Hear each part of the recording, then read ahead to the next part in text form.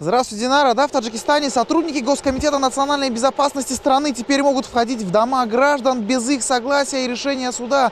Депутаты Нижней палаты парламента страны приняли поправки в закон об органах безопасности, разрешающий подобные действия. Парламентарии подчеркивают, что поправки не отменяют принцип Конституции о неприкосновенности жилища, а законодательство страны предусматривает компенсацию от государства гражданам, у которых были повреждены жилища или имущество во время проведения антитеррористической операции. Председатель Госкомитета Саимудин Етимов отметил, что по закону вторжение будет осуществляться только в исключительных случаях. Террористы действуют тайно, и сотрудники силовых структур также вынуждены скрытно использовать силу и оружие. Согласно этим изменениям, сотрудники ГКНБ в исключительных случаях, когда нет времени на получение ордера суда, получат право входить в жилища жителей, где скрываются террористы, преступники или содержатся заложники. Согласно Гражданскому кодексу Республики Таджикистан, тот ущерб, который был нанесен гражданину в ходе деятельности сотрудников силовых структур, будет возмещен в полном объеме. Независимые эксперты сомневаются, что закон будет исполняться без злоупотреблений. По их словам, сотрудники правоохранительных и силовых структур и так имели возможность вторгаться в жилища граждан без каких-либо разрешений и санкций, запугивая людей, пользуясь низким уровнем их правовой грамотности.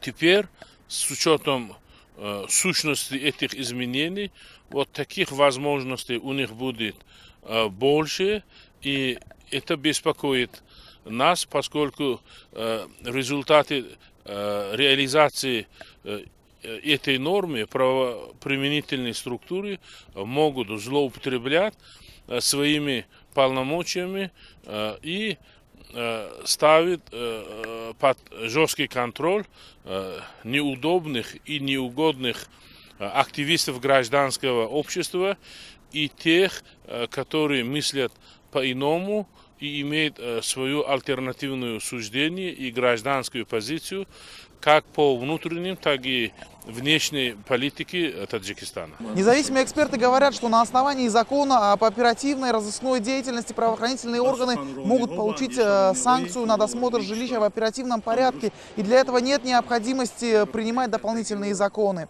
В принятых поправках установлены новые правила применения физической силы, вооружения, спецтехники со стороны сотрудников органов национальной госбезопасности при возникновении реальной угрозы совершения теракта. Парламентарии подчеркивают, что внесенные изменения прежде всего направлены на защиту жизни и здоровья населения, поддержание мира и стабильности в стране, обеспечение конституционного строя в республике.